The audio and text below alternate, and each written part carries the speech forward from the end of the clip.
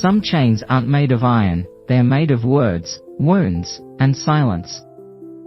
Passed down through generations. But what if today, you could be the one to break them? We inherit many things from our families: our smile, a laugh, maybe even our love for certain foods. But we can also inherit pain. Generational trauma isn't always visible. It hides in the way we speak, the way we react, and the way we treat ourselves and others. It's in the patterns that repeat: anger, abandonment, addiction, shame.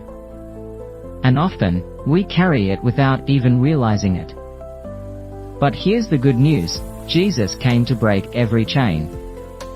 And that includes the ones passed down through family lines. Generational trauma is when the wounds of the past get handed to the next generation. It could be a grandparent's bitterness after war, a parent's fear from abuse, or cycles of broken relationships. Even if the events happened decades ago, the emotional scars can live on in us. The Bible acknowledges this reality. Exodus 20 verse 5 says the consequences of sin can affect the children to the third and fourth generation. But that's not the end of the story, because God's mercy, as verse 6 says, goes to 1,000 generations of those who love Him. How do we break the cycle? First, we bring it into the light.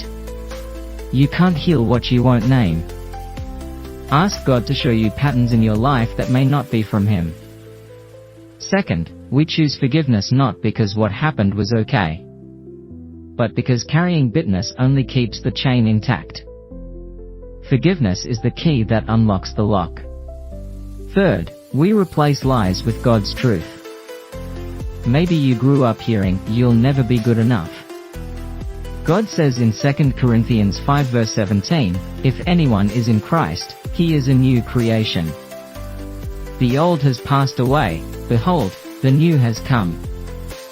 Freedom doesn't mean the past never happened. It means the past no longer has power over your future.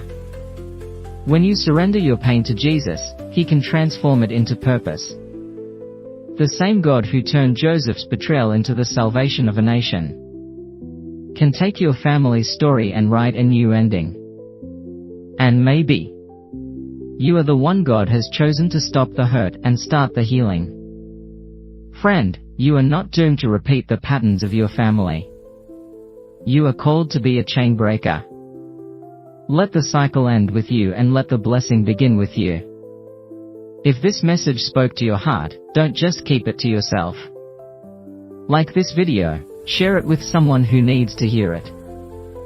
And drop a comment saying, "The chain ends with me." And if you haven't yet, subscribe to Aman Tampa Batters so together, we can grow in faith, break the chains, and walk in freedom.